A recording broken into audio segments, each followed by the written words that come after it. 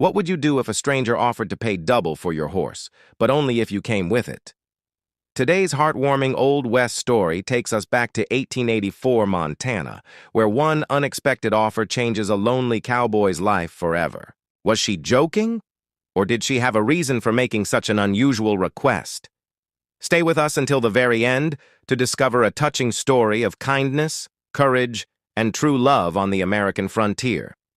If you enjoy classic Western stories like this, don't forget to like, share, and subscribe to the channel for more unforgettable tales. Now, let's get started. Montana Territory, 1884. Autumn had painted the hills gold, and the morning air carried the smell of pine, fresh hay, and wood smoke.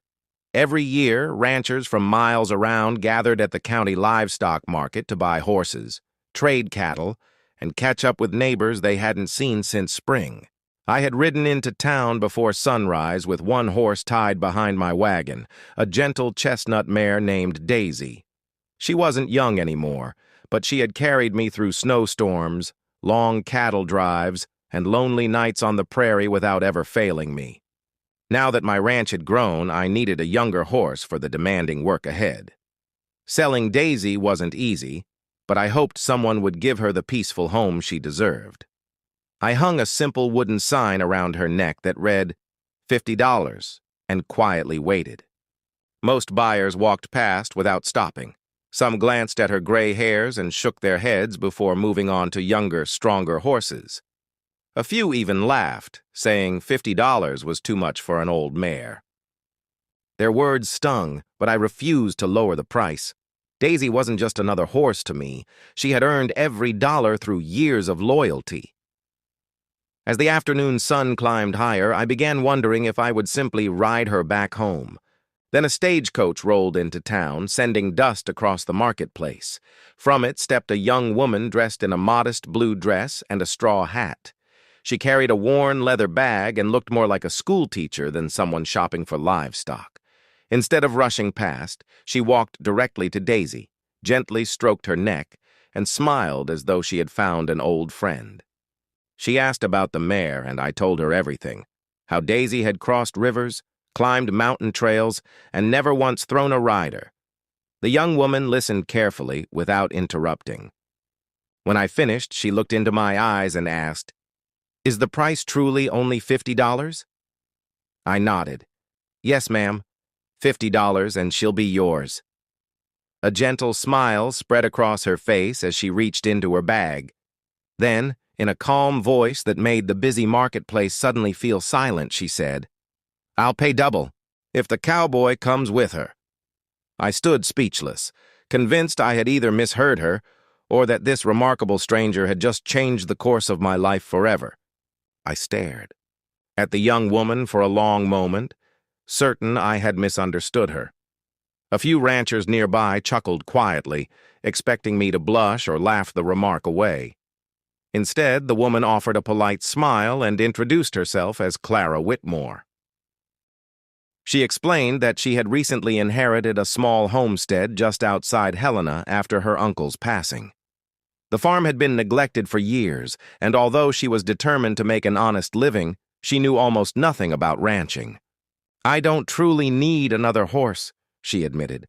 "I need someone willing to teach me how to build a life out there." Her words carried sincerity, not flirtation, and the laughter around us quickly faded. I shook my head with a smile and gently pushed the extra money back into her hand. "The mare costs $50, I said. "No more, no less. Daisy has earned an honest price, and I don't charge folks for kindness." Clara looked surprised before smiling warmly.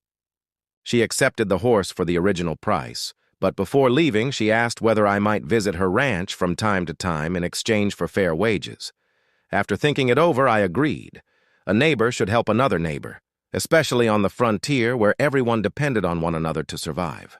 Over the following weeks, I rode out to Clara's homestead nearly every morning. Together, we repaired broken fences, cleared overgrown fields, fixed the leaking roof of the old barn, and cared for Daisy, who seemed happier than she had been in years. Clara worked harder than anyone expected. She never complained about blistered hands or long days beneath the Montana sun. Instead, she laughed through every challenge and thanked me for every lesson. Before long, the lonely ranch began showing signs of life again. Crops started growing, cattle returned to the pasture, and neighbors stopped by to lend a hand, inspired by Clara's determination. When spring arrived, the little homestead had become one of the most beautiful farms in the valley. One evening, as the sun dipped behind the mountains, Clara handed me the same extra $50 I had refused months earlier. I smiled and closed her hand around the money. "I told you then, and I'll tell you now," I said. "Kindness isn't something I sell." She laughed, slipped the money back into her pocket, and reached for my hand instead. "Then let me give you something better," she whispered. A few months later, beneath the wide Montana sky and surrounded by friends and neighbors, we were married. Looking at Daisy grazing peacefully nearby, Clara smiled and said, "I came to buy a horse that day, but I left with the man who made the West feel like home."